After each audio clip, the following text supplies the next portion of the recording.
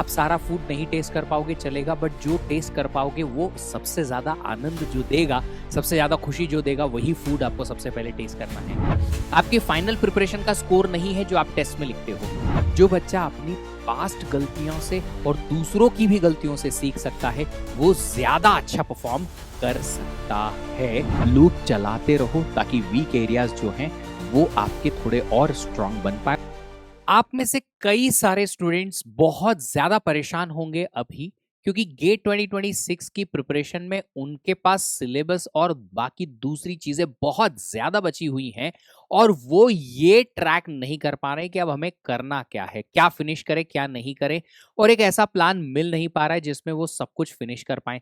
अब मन में ये फोमो तो जरूर आता है कि अगर सब कुछ फिनिश नहीं करेंगे तो हम अच्छा परफॉर्म नहीं कर पाएंगे, and rather than doing something, पूरा करने की कोशिश में नहीं कर पाने की प्रॉब्लम जो है वो टिक टिक टिक टिक दिमाग में करती रह जाती है, और उसकी वजह से जो हम थोड़ा कर भी सकते हैं वो भी नहीं कर पाते हैं। एक छोटा सा एग्जाम्पल मेरे दिमाग में आ रहा है कि मुझे भूख ज्यादा है नहीं, बट सामने बुफे है और बुफे में ढेर सारी डिशेस हैं जो मुझे सब पसंद है। अब मुझे प्रॉब्लम ये है कि मैं सारी डिशेस खा नहीं सकता, टेस्ट भी नहीं कर सकता, और उसकी वजह से मैं कुछ डिशेस भी टेस्ट नहीं कर पा रहा हूं या कर ही नहीं रहा हूं, मैं एक चीज भी नहीं खा रहा हूं। क्यों? क्योंकि दिमाग में ये टिक टिक कर रहा है कि मैं सब कुछ नहीं खा पाऊंगा। आप मुझे बताइए ऐसे सिचुएशन में आप क्या करते हैं? ऑफ कोर्स जितनी भूख है, जितना आपका पेट का कैपेसिटी है, उतना आप टेस्ट करते, जितनी डिशेस टेस्ट कर पाएंगे ठीक है, बची हुई छोड़ देंगे, बट कम से कम कुछ के तो आनंद उठाएंगे ना। एग्जैक्टली सेम चीज आपको बचे हुए टाइम में बच्चों करनी है। तो गेट 2026 के सिलेबस इनकम्प्लीट वाली प्रॉब्लम और 100 डेज बचे हुए हैं, उसमें आप क्या करना है, कैसे करना है, किस तरीके से करना है, इस प्रॉब्लम को सॉल्व करने का एक छोटा सा, बहुत ज्यादा बड़ा नहीं, कॉम्पैक्ट सा वीडियो में लेके आया हूं। इस सेशन में मैं बात करूंगा। मेरा नाम विश्वदीप है और आपका स्वागत करता हूं पीडब्ल्यू गेट वाला के चैनल पे। और 5 स्टेप रिकवरी प्लान के बारे में हम बात करते हैं। तो पहला पॉइंट है प्रायोरिटाइज लाइक अ रैंकर, जो कि मैंने अभी कहा है, प्रायोरिटाइज लाइक अ फूडी। जो आपको पसंद है सबसे पहले उस पर टूट पड़ो, वही खाओ, उसको टेस्ट करो, फिर आगे बढ़ो और आगे बढ़ो। आप सारा फूड नहीं टेस्ट कर पाओगे चलेगा, बट जो टेस्ट कर पाओगे वो सबसे ज्यादा आनंद जो देगा, सबसे ज्यादा खुशी जो देगा, वही फूड आपको सबसे पहले टेस्ट करना है। Exactly same thing in GATE preparation. जो सबसे ज्यादा मार्क्स देगा उस पर प्रायोरिटाइज करो, क्योंकि गेट एग्जाम में मार्क्स मिलेंगे तभी जब क्वेश्चन सॉल्व होंगे। और क्वेश्चन कौन से आते हैं? ज्यादातर पैटर्न के टाइप के क्वेश्चंस रिपीट होते हैं, तो वो बस ट्रैक डाउन कर लो, उनको ही प्रिपेयर करो अच्छे से पहले और उन्हीं की प्रैक्टिस करो, ताकि ज्यादा से ज्यादा मार्क्स स्कोर आप कर पाए। तो एंटायर सिलेबस को आप बिल्कुल भी चेज नहीं करें। मैं पिछले 1 महीने से हर एक सेशन में ये बात करता आ रहा हूं कि सिलेबस कंप्लीट करने से गेट एग्जाम में मार्क्स नहीं बढ़ेंगे। जब तक वो सिलेबस आपको याद ना रहे और उससे क्वेश्चन प्रैक्टिस ना आप करो, आपको पता ही नहीं है कि क्वेश्चन कैसे सॉल्व होना है, तो ये तब तक, जब तक आप ये स्किल जो है डेवलप ना करो, तब तक आपको मार्क्स नहीं मिलने वाले गेट एग्जाम में। तो सिलेबस को छोड़ो, कंप्लीट मत करो सब कुछ, बट जो आपको ज्यादा मार्क्स दे सकता है पहले उसको कवर करके, प्रैक्टिस करके, रिवीजन करके और दिमाग में फिट कर लो। फिर बचेगा टाइम तो बचे हुए सिलेबस को कवर करने जाएंगे, जहां से हो सकता है मोस्ट प्रोबेबली या लेसर प्रोबेबिलिटी की क्वेश्चन कम ही आए। टारगेट करो रिपीटेड स्कोरिंग टॉपिक्स को, वो कंसेप्ट्स जो कि बार बार आते हैं, इजी फॉर्मूला बेस्ड क्वेश्चंस आते हैं, कंसेप्ट बेस्ड क्वेश्चंस आते हैं, उनको और लास्ट 15 ईयर्स के पैटर्न को आप ट्रैक डाउन करो। वहां से पता चलेगा कि बहुत सारे रिपीटेटिव टॉपिक्स हैं जहां से क्वेश्चन बनते हैं और वो आप जल्दी से फिनिश कर सकते हो। अभी आपको 3 सिंपल फिल्टर लगाने हैं। पहला फिल्टर है 60% वेटेज वाले टॉपिक, 25% वेटेज और ignore unless time is remaining tier C. तो आप क्या करिएगा, सबसे ज्यादा वेटेज वाले टॉपिक्स को सबसे पहले उठाइए। फिर अगर लगता है कि टॉपिक जो है हमारे ये कवर हो चुके हैं, तो नेक्स्ट 20 डेज में 25% वेटेज वाले उन टॉपिक्स को उठाइए जहां से क्वेश्चन तो बनते हैं पर हर साल नहीं आते। हर साल नहीं आते, हर 3 साल 4 साल में एक बार क्वेश्चन आते हैं। हर साल या हर 2 साल में एक क्वेश्चन आने वाले टॉपिक को पहले आप कवर कर लीजिए। Score more with less topic, ये आपका मंत्रा होना चाहिए, क्योंकि यही टॉपर भी करते हैं, है ना। कम स्किल सेट से भी अगर ज्यादा रन बना दिए तो ये तो बढ़िया है ना, यही चाहिए हमें। एग्जैक्टली तो टॉपर भी सिलेबस फिनिशर नहीं होते, मार्क्स स्कोरर होते हैं, और यही आपको यहाँ पे करना है। अब सॉल्विंग से लर्न आपको करना है, ये भी ध्यान देना पड़ेगा, क्योंकि अब आपके पास वो टाइम नहीं है कि आप टेक्स्ट बुक पैटर्न को फॉलो करें, जो ओल्ड स्कूल पैटर्न है उसको फॉलो करें कि एकदम कंसेप्ट को बेसिक से पढ़ें, फिर उसके एडवांस टॉपिक, फिर एडवांस एडवांस एडवांस, ऐसे level by level, layer by layer चलें। ऐसा टाइम नहीं बचा है। तो जो रिमेनिंग टॉपिक्स आपके बचे हुए हैं उनको आप कंसेप्ट के थ्रू उल्टा सॉल्विंग, कंसेप्ट थ्रू क्वेश्चन करिए कि थोड़ा सा एक बेसिक आइडिया ले लो कहीं क्रैश कोर्स वगैरह से और उससे रिलेटेड क्वेश्चन प्रैक्टिस करो। क्वेश्चन में जो भी कोई कंसेप्ट आपके मिसिंग होंगे वो निकल के आएंगे, उनको एप्लीकेशन के थ्रू आप सीखते रहो, अपना नॉलेज बेस बढ़ाते रहो और धीरे धीरे धीरे धीरे करके आपका नॉलेज बेस अच्छा भी हो जाएगा और प्रैक्टिस भी आपकी हो जाएगी। तो आप कंसेप्ट और ट्रिक्स को सीखने में थोड़ा सा शुरुआत में ध्यान दे दो, ओके। एंड उसके बाद में पीवाईक्यूज करो और उसके बाद एक मिनी क्विज ले लो उस टॉपिक का, ताकि आपको आइडिया रहे कि एग्जाम में जाके आप कैसे क्वेश्चन प्रैक्टिस करोगे, कैसे सॉल्व करोगे इन्हीं टॉपिक के जो आपने अभी अभी सीखा है। तो एक सिंपल सी बात है, कंसेप्ट, पीवाईक्यू, शॉर्ट नोट्स बना के टेस्ट दो, ताकि ये साइकिल आपकी चलती रहे और आप प्रैक्टिस के थ्रू ज्यादा सीखे rather than learning from the concepts. Next है आपका टेस्ट रिचुअल। टेस्ट रिचुअल क्यों जरूरी है? देखो बच्चे, ये जानना बहुत जरूरी है कि टेस्ट लिखने से आप अपने आप को करंट प्रिपरेशन को असेस करते हो, फाइनल प्रिपरेशन को नहीं। आपकी फाइनल प्रिपरेशन का स्कोर नहीं है जो आप टेस्ट में लिखते हो, आपकी प्रिपरेशन का ये हिस्सा है कि आप कहां गलती करते हो, कहां लैग कर रहे हो। इसको एनालाइज करके जज करने का तरीका है टेस्ट लिखना। तो आप टेस्ट लिखो, एनालाइज करो कहां आप पीछे रह गए हो, कहां रह रहे हो, तो ताकि आप रिमेनिंग टाइम में उस पर काम कर सको।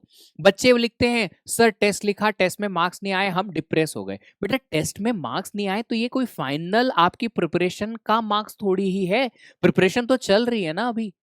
तो फिर ये मार्क्स नहीं अच्छे आने से तो आपको खुश होना चाहिए कि यार अच्छा हुआ, 4 महीने 3 महीने पहले ही पता चल गया कि मार्क्स नहीं आ रहे हैं, यहाँ गलती हो रही है, वहां गलती हो रही है, ये गलती हो रही है, वो गलती हो रही है, ताकि रिमेनिंग टाइम में इन गलतियों को सुधार पाऊं मैं।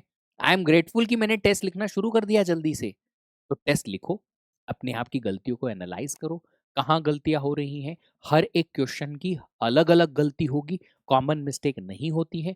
वो सारी अलग अलग गलतियों को ट्रैक डाउन करो, धीरे धीरे करके आपके जो वीक एरियाज हैं वो निकल के आएंगे, उन पे काम करो, उनकी प्रैक्टिस करो, उनका रिविजन करो। और फिर छोटी छोटी कॉमन मिस्टेक्स या कह सकते हैं सिली मिस्टेक्स भी होंगी कि कैलकुलेशन मिस्टेक कर दिया, क्वेश्चन रीड करने में मिस्टेक कर दिया, ट्रू का फॉल्स, फॉल्स का ट्रू कर दिया, ए आंसर आया था पर बी टिक मार्क कर दिया। ऐसे बहुत सारी छोटी छोटी कॉमन मिस्टेक्स होती हैं जो कोर्स रिलेटेड या कंटेंट रिलेटेड नहीं है।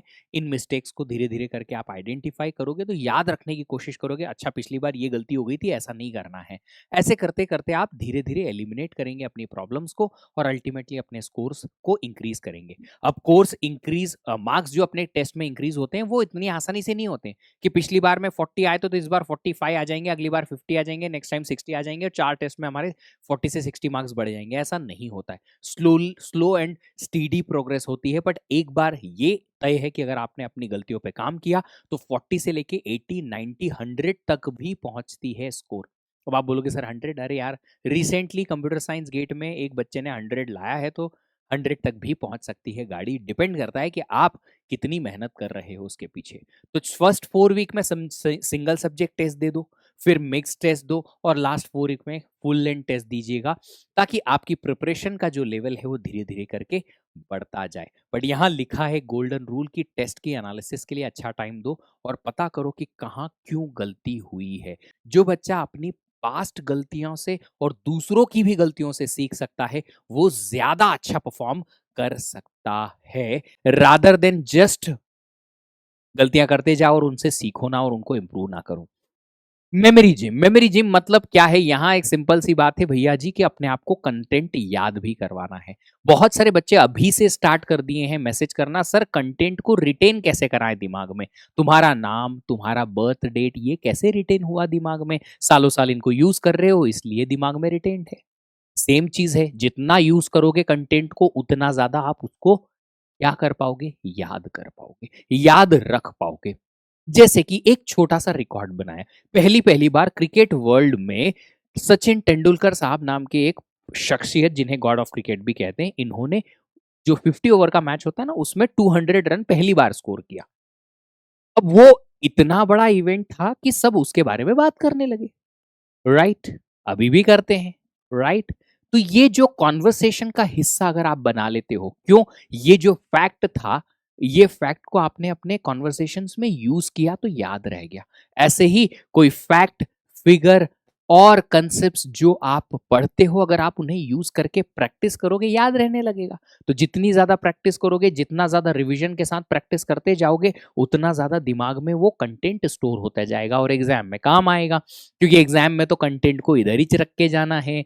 आप अपने नोट्स, ना कि दूसरे टीचर्स, कुछ भी आप अपने पास में नहीं ले जा सकते। विश्वदीप सर नहीं खड़े रहेंगे पीछे, दूसरे टीचर नहीं खड़े रहेंगे पीछे। सर इसका फॉर्मूला बता दो जरा।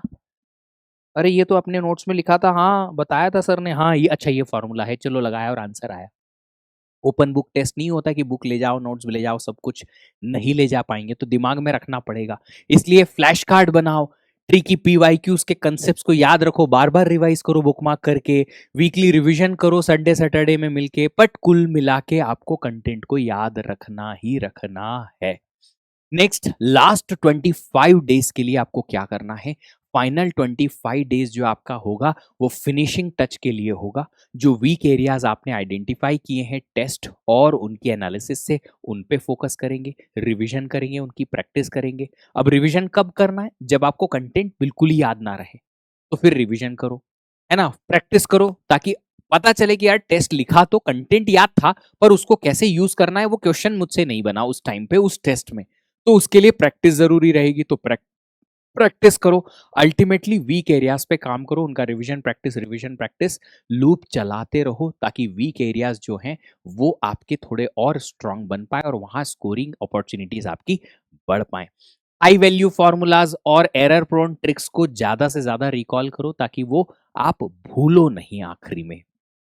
लास्ट 25 डेज में आपको और जो करना है वो यही करना है कि सिलेबस कंप्लीशन से मैक्सिमाइजिंग मार्क्स की तरफ जाना है, और वो तभी हो पाएगा जब आप क्वेश्चन सॉल्विंग एबिलिटी इंप्रूव करोगे, और सबसे पहले आप अपनी एक्यूरेसी पे ध्यान देंगे। जब भी बच्चा प्रैक्टिस करता है क्वेश्चंस की और टेस्ट में जाता है स्कोर करने के लिए, तो वो स्पीड को ज्यादा तवज्जो या रिस्पेक्ट देने लगता है। यार स्पीड को इतना ज्यादा रिस्पेक्ट मत दो शुरुआत में, धीरे धीरे स्पीड बढ़ जाएगी। अगर आपकी एक्यूरेसी सही है तो वो ज्यादा इंपॉर्टेंट है। मैंने पहले भी कहा है कि 55 मार्क्स के क्वेश्चन अटेम्प्ट करके और 50 मार्क्स लाना is way better than 80 marks का अटेम्प्ट करके और जस्ट 40 मार्क्स लेके आना। एक्यूरेसी ज्यादा अच्छी होनी जरूरी है, और एक्यूरेसी तभी बढ़ेगी जब आप थोड़ा सा रिलैक्स मोड में क्वेश्चंस को सॉल्व करोगे। प्रैक्टिस बढ़ते बढ़ते, अच्छी प्रैक्टिस करते करते आपकी एक्यूरेसी बढ़ेगी। एक्यूरेसी अगर आ गई एक बार, तो फिर स्पीड जो है और प्रैक्टिस के साथ इंप्रूव हो जाएगी। तो पहले एक्यूरेसी और उसके बाद स्पीड पे हम कंसंट्रेट करेंगे। आपको 100% सिलेबस कवर करने की जरूरत नहीं है, हाई स्कोरिंग सिलेबस से भी आप अच्छा स्कोर कर सकते हैं। ओनली थिंग इज कि अगर आपने जो हाई स्कोरिंग कंसेप्ट पढ़े हैं, क्या वो अप्लाई कर पा रहे हो, उससे क्वेश्चन सॉल्व कर पा रहे हो, जो गेट में आया है क्वेश्चन वो आप सॉल्व कर पा रहे हो या नहीं। बस यही आपको चाहिए, which is 100% execution of the syllabus you completed. बहुत सारे बच्चों को मैं ये भी गाइड करता हूं हमेशा कि देखो बच्चों, अगर आप थर्ड ईयर में हैं या फिर आपके पास अगले साल का एक और चांस है, तो आपको सारा सिलेबस कवर करके बस एग्जाम देने नहीं जाना है।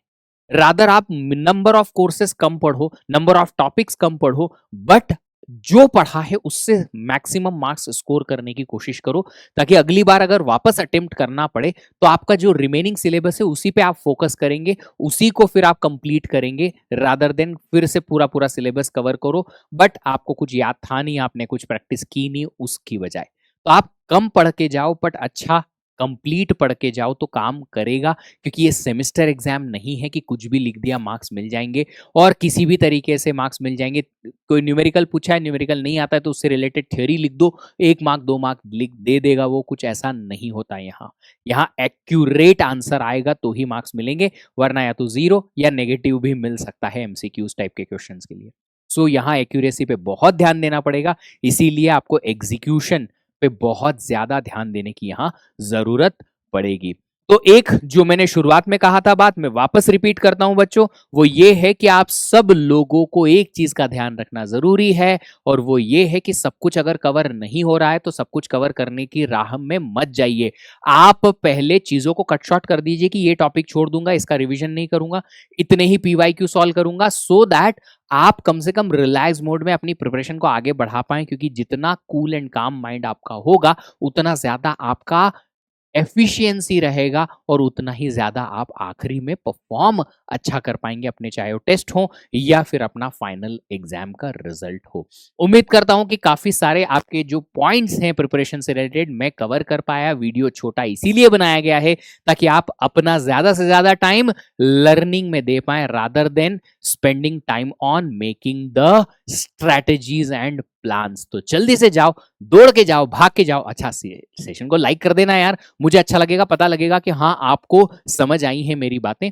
तो जल्दी से जाओ, पढ़ाई स्टार्ट करो और अच्छे से पढ़ाई करो। फिर मिलेंगे एक नए वीडियो के साथ। आपकी कुछ और भी प्रॉब्लम्स होंगी तो उनको सॉल्व करेंगे जल्दी से, बट आपकी प्रिपरेशन का लेवल आप ही के हाथ में है। जल्दी से जाइए, प्रिपरेशन करिए, हम आपको सपोर्ट करते रहेंगे, आप अपने आप को सपोर्ट करिए, और दोनों मिलके आपका अच्छा रिजल्ट जरूर लेकर आएंगे। Thank you so much, have a great day, happy learning, bye bye.